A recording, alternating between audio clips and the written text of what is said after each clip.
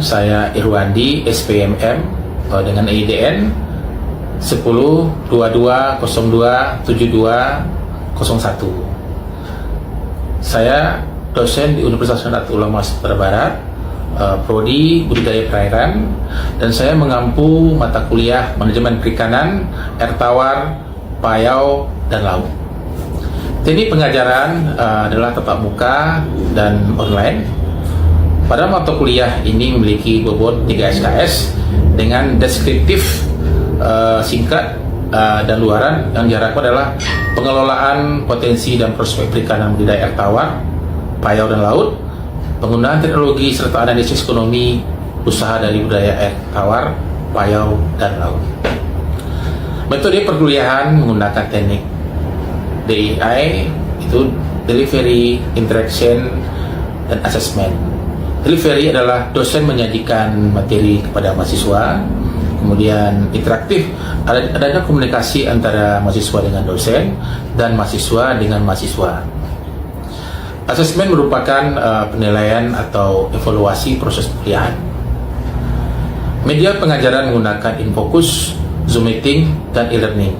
Mahasiswa diharapkan mampu memahami beberapa hal seperti berikut. Yang pertama, memahami sejarah dan kronolog dalam mengetahui potensi manajemen perikanan. Yang kedua, memahami tata ruang perairan air tawar, payau, dan laut. Dan ketiga, memahami budidaya air tawar, lotik, dan tentik. Yang keempat, memahami budidaya tambak mangrove.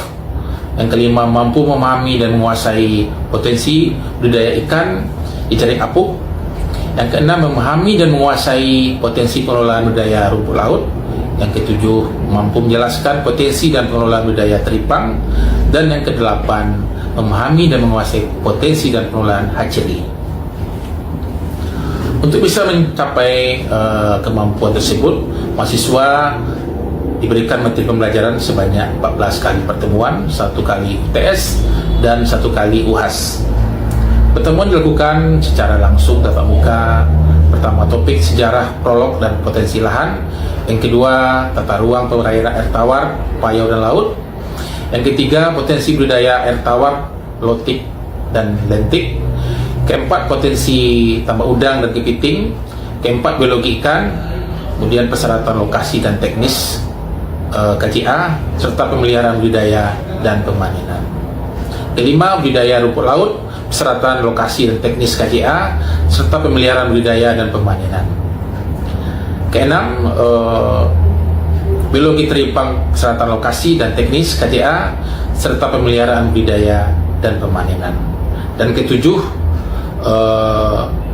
macam hatchery, persyaratan lokasi, pengelolaan usaha, dan teknis dan proses pemijahan. Setelah membahas gambaran kuliah ini, selanjutnya membahas tentang teknik pengajaran dengan tatap muka, diskusi kelas, problem based learning, pengajaran tatap muka. Setelah membahas gambaran mata kuliah ini, selanjutnya membahas tentang teknik pengajaran dengan tatap muka, diskusi kelas, problem based learning, pengajaran tatap muka, pembelajaran dilakukan langsung pada kelas, pengajaran diskusi kelas, mengajak mahasiswa berdiskusi mengenai materi pembahasan, menunjang pemahaman mahasiswa, serta kritis, dan pengajaran yang project based learning yang memfokuskan mahasiswa terlibat aktif dalam pembelajaran dan memecahkan masalah dengan memahami tantangan dan peluang dalam pembelajaran manajemen perikanan budidaya air tawar, payau, dan laut. Selanjutnya, asesmen pertama melakukan kontrak kuliah di awal perkuliahan. Selanjutnya, asesmen pertama melakukan kontrak di awal perkuliahan, menggunakan bobot perkuliahan, menilai melalui keaktifan mahasiswa dalam berdiskusi. Berikut pembelajaran saya di kelas.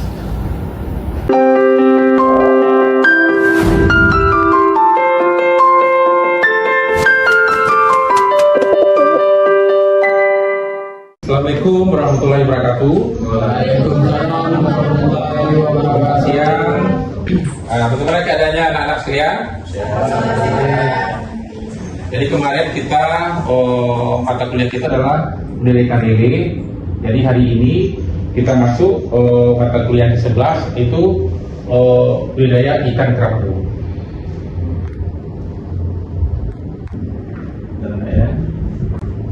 latar belakangnya adalah ikan kerapu ini adalah ikan yang mahal dan penangkapannya masih di alam dan populasinya mulai berkurang. Jadi solusinya kita akan melakukan budidaya.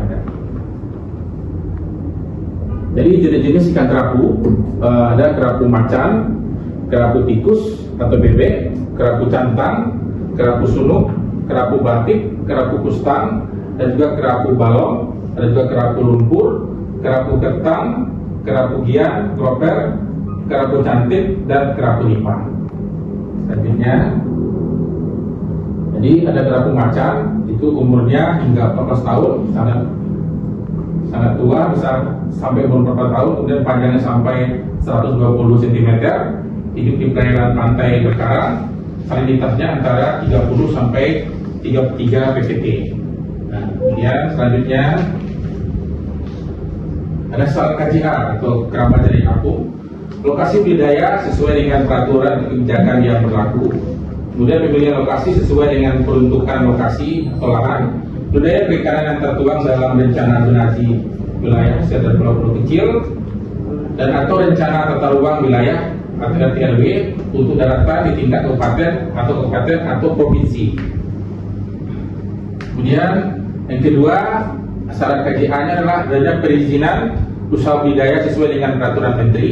Yang ketiga itu peraturan lain terkait dengan aktivitas budidaya perikanan di pesisir, yaitu Undang-Undang Nomor 27/2007 dan perubahannya pada Undang-Undang Nomor 1/2014 tentang pengelolaan wilayah pesisir dan pulau-pulau kecil, yaitu larangan melakukan konservasi lahan atau ekosistem di kawasan atau zona budidaya yang tidak memperhitungkan keberlanjutan fungsi ekologi pesisir dan pulau-pulau kecil.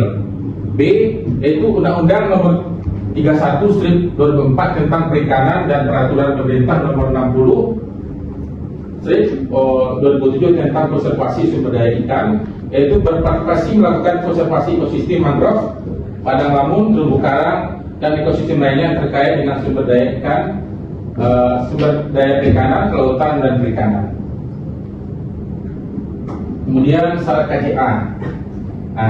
Yang kedua itu kelayakan lokasi untuk budidaya kerapu berdasarkan tipe perairan, kualitas air, dan akses ke kawasan budidaya, yaitu A. Tipe perairan terlindung dari ombak besar dan angin kencang sepanjang tahun. Yang pertama itu lokasi mempunyai topografi yang landai dan dasar berpasir. Yang kedua, lokasi dengan dasar perairan berupa karang hidup yang masih baik atau padang lamun sebaiknya hindari untuk budidaya. Nah, siapa ada yang tahu di mana ada budidaya jaring apung untuk ikan kerapu? Kabupaten Agam, Pak, di Meninjau. Kalau Agam itu biasanya budidaya ikan nila, di sana ada banyak ikan nila, ikan mas. Nah, jadi kalau keramba jaring apung ikan kerapunya banyak adalah di Mentawai dan pesisir selatan. Nah, di sanalah sentra-sentra KJA untuk ikan kerapu. Nah, kemudian juga ikan kerapu ini biasanya di Mentawai itu biasanya datang langsung membeli dari Hongkong biasanya. Nah, jadi untuk anda ketahui itu KJA ini untuk ikan kerapu ini memang fokus di dua dua kabupaten itu, karena di kabupaten itu banyak pulau-pulaunya dan itu terlindung dari ombak besar. Karena untuk KJA ikan kerapu ini airnya harus tenang. Nah, kalau misalnya lautnya lepas itu nanti akan susah nanti untuk KJA ikan kerapu. Kemudian KJA jaring apung. Jadi benih tebar ukuran 7 sampai 10 cm atau 15 gram beratnya. Kemudian berat tebar optimal 500 ekor per kubik. Jadi untuk pengisian benih ini makin kecil ikannya, pada tebarnya makin banyak. Nah, nanti kalau misalnya ikannya udah agak besar, nanti baru kita masukkan. Kemudian pelebarannya pada pukul 6 sampai 8. Kemudian sore juga antara 19 sampai 20 untuk menghindari stres. Nah, jadi semua ikan, bukan hanya ikan kerapu, ikan lele, ikan nila, kalau bisa kita masukkan ke kolam, itu namanya aklimatasi ya. Nah, jadi adanya perubahan suhu itu perlahan. Karena kalau kita masukkan biasanya siang, ikannya biasanya banyak yang mati. Nah, karena perubahan suhu itu biasanya kalau siang itu kan suhu panas. Nah, itu akan menyebabkan ikan stres dan nanti akan banyak kematiannya. Kemudian memelihara ikan JA seluruhnya mengandalkan pakan buatan. Kemudian memelihara ikan JA seluruhnya mengandalkan pakan buatan. Nah, jadi di meninjau juga ada itu seperti yang Anda bilang tadi di meninjau. Itu meninjau biasanya kan ikan nila, ikan mas. Kalau ikan nila biasanya itu memang pakannya biasanya memang pakan apa semua, pakan pelet semua. Nah, kemudian juga ada juga tuh yang lihat kemarin di meninjau ada beberapa buah keramba yang diisi dengan ikan patin dan ikan lele. Jadi nanti kalau dia mati ikannya, ikan di dalam keramba nanti itu dimasukkan ke ke kolam patin atau lele. Jadi kalau misalnya mengurangi biaya operasional. Nah, karena ikan patin, ikan lele ini terlebih ikan lele adalah ikan karnivora. Nah, kemudian juga Pak tanyakan, kenapa di meninjau sekarang banyak terjadi kematian ikan? Ada yang Anda tahu? Tubuh belerang ya Pak ya. Nah, jadi coba Pak tanya, apa menyebabkan adanya tubuh belerang? Atau ada kematian apa? Kematian ikan? Nah, coba lagi. Bagian Anda. Nah, jadi yang menyebabkan di meninjau itu banyak kematian ikan atau tubuh belerang. Itu sebenarnya Bapak lihat juga dipengaruhi juga oleh faktor kelebihan pakan. Nah, jadi kadang-kadang petani ikan ini memberi pakan itu biasanya tidak sesuai dengan manajemen pakan. Jadi pakannya terlalu banyak dikasih, menyebabkan nanti pakannya bertumpuk di bawah. Nah, nanti ada masalah. Jadi di meninjau itu dulu awalnya memang dulu sangat bagus sekali untuk budidaya. Tapi sekarang karena terlalu banyaknya KJA menyebabkan akhirnya sering terjadi kematian massal. Tercemar. Jadi seharusnya mungkin ada misalnya peraturan dari mungkin pemerintah mungkin dibatasi. Jadi KJA ini tidak boleh terlalu banyak. Nah, harus dibatasi. Jadi Bapak dulu masih ingat itu keuntungannya sangat luar biasa sekali untuk budidaya ikan di meninjau, dan lebarnya bisa banyak dulu. Tapi sekarang karena mungkin pengaruh belerang juga dan juga faktor airnya kurang bagus, akhirnya sekarang itu banyak petani keramba yang bangkrut dan banyak tidak diisi sekarang. Nah, dan juga sekarang pemerintah daerah sudah mulai sekarang membatasi KJA yang ada di meninjau supaya tidak terlalu banyak. Nah, jadi mungkin masyarakat berpikir seperti ini. Jadi ikan ini untuk ikan lele itu bukan untuk ikan nila, untuk mencapai 1 kilo daging itu harus dikasih makan 1,2 kilogram pakan buatan. Nah, jadi masyarakat berpikir kalau kita kasih makan banyak-banyak, ikannya lebih besar. Nah, jadi mereka tidak tahu manajemen pakan. Jadi kalau misalnya makan berlebih, itu nanti kalau tidak termakan ikan akan turun ke bawah. Nah, itulah nanti menyebabkan tubuh belerang yang menyebabkan banyak kematian ikan, yang banyak mengakibatkan kerugian untuk petani ikan. Dan selanjutnya ya. Nah, ini untuk kualitas air. Jadi suhunya 24 sampai 31 derajat Celcius, dan salinitasnya 30 sampai 33 ppt, kemudian DO 3,5 ppm, pH-nya 7,8 sampai 8. Kemudian metode keramba jaring apung. Ini adalah bagian dari KJA, itu rakit apung, kurungan, pelampung, jangkar. Kemudian lokasi yang dipilih bagi usaha pembelian ikan dalam KJA rakit tenang terhindar dari badai dan mudah dijangkau. Maka Anda sudah pernah ke KJA? Dari Jawa ada Pak? Hah? Dari Jawa ada? Jauh.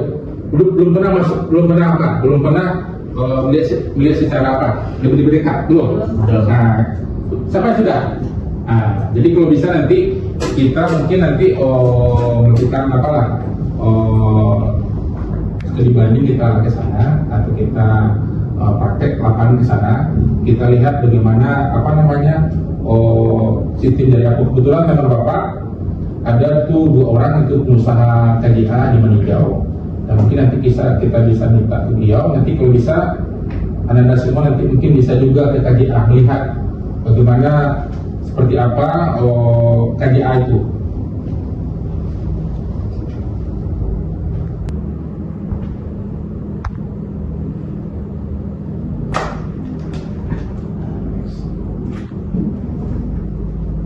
Ini perkembangan benihnya ada. Jadi benih disebar pada jaring dengan ukuran 1x1, dengan padat lebar 200 ekor. Ini udah agak besar ikannya. Kemudian setelah pemeliharaan langsung di 1 bulan, dapat dilakukan grading untuk mengelompokkan ikan sesuai dengan ukuran tubuhnya. Ini dilakukan penyortiran. Kemudian ukuran ikan yang telah mencapai ukuran 100 gram dipindahkan ke jaring ukuran 3x3. Nah, kemudian dengan mesh size 3x4 dengan padat lebar 450. Tahu ada arti mesh nih? Nah, mesh ini adalah lubang dalam jaring. Nah, itu 3x4 namanya. Nah, itu jadi untuk budidaya ini kita harus menyesuaikan meshnya, ukuran ikan kita itu ukuran berapa besarnya.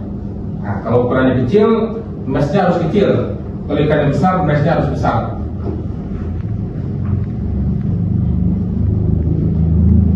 Nah, ini Bapak ingin bercerita sedikit kepada Anda semua. Siapa di sini yang sudah mulai usaha ikan nih? Atau di rumahnya ada usaha ikan? Ada nggak? Ada semua? Ada? Belum ada yang usaha ikan semua? Nah, jadi sedikit Bapak mungkin beri pengalaman ya. Bapak dulu tamat di SMA tahun 91. Itu Bapak udah usaha perikanan dulu 91. Bapak udah mulai usaha budidaya waktu itu pembesaran ikan lele. Nah, kemudian tahun 92 Bapak udah mulai melakukan pembinaan ikan lele. Kemudian tahun 94 Bapak udah bisa beli motor sendiri itu usaha pembinaan ikan lele. 2 tahun setelah itu Bapak udah bisa beli mobil dulu 97 dengan usaha sendiri. Jadi kalau bisa anda semua ini udah mulai dari awal sekarang ini udah mulai usaha untuk apa? Untuk karena kita kan bidang perikanan nih. Nah, jadi memang anak-anak ini harus apa? Harus mulai usaha di dalam perikanan. Kalau menunggu tamat anak-anak nanti baru boleh usaha kan susah. Jadi kalau bapak inginkan, kalau ingin anak-anak ini belajar, usahakan dari sekarang ini kita mempunyai usaha di bidang perikanan. Kemudian ikan kerapu merupakan ikan laut yang buas, karnivora, dan sifat kanibanya akan muncul bila kekurangan pakan. Ini jadi jenis pakan ikan rucah, pelet dengan protein tinggi nih, lebih besar dari 75%. Kemudian frekuensi dan waktu pakannya 3 kali sehari, yaitu pagi, siang, dan sore. Berupa ikan rucah segar, dosis, dan tergantung situasi. Jadi pemberian pakan ini kita tidak bisa kita beri pakan ini sama saja dari awal sampai akhir nih untuk memberi ikan nih. Jadi pengalaman Bapak untuk pemberian pakan ini memang kita harus sesuaikan dengan keadaan ikan. Jadi misalnya ikan ini paginya dia biasanya masih bagus ikan ini mungkin bisa kita kasih standar. Kemudian tapi kadang-kadang suhu berubah. Kalau kita kasih makan sesuai sama dengan dari pagi itu akan menyebabkan ikan ini pakannya bertumpuk lebih nih. Jadi memang harus kita sesuaikan. Dan juga pemberian ikan lele ini, Bapak kan ikutan ikan lele ini. Jadi kalau Bapak beri pakan itu Bapak lihat dulu ikannya, bagaimana kasih makan, apakah habis rendah, tidak langsung kita kasih semuanya. Jadi memang kasih makan ini memang kita harus ada perasaan kita lah dengan ikan. Apakah ikan ini kenyang atau masih lapar, kita sesuaikan dengan keadaan mereka di saat itu. Jadi tidak bisa kita kasih makan, misalnya hari ini kita kasih makan misalnya 10 kilo, besok harus habis 10 kilo, tidak seperti itu. Kita harus tergantung keadaan ikan.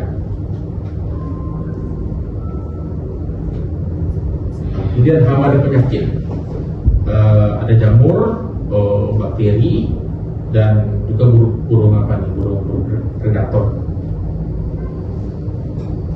Kemudian adanya solusi hama dan penyakit, kemudian multivitamin. Nah, jadi yang biasa Bapak pakai ini kalau ikan Bapak sakit, ikan lele, ikan nila, ikan apa, biasanya betul dulu nih. Ini paling bagus biasanya ini, Bapak kasih biasanya ini. Untuk ikan lele, nila, gurami, dan ikan mas. Dan juga vitamin C kita campur ke pakan, dan juga multivitamin juga kita campur ke dalam pakan. Ini mungkin kita diskusi ya Anda ya, mungkin kalau ada di apa yang ada kurang ngerti, mungkin bisa Anda tanyakan ke Bapak mungkin. Silakan, siapa dulu yang mau bertanya Anda? Silakan Anda.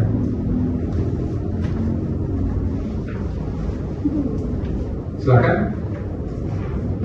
Anda dulu, ya silakan.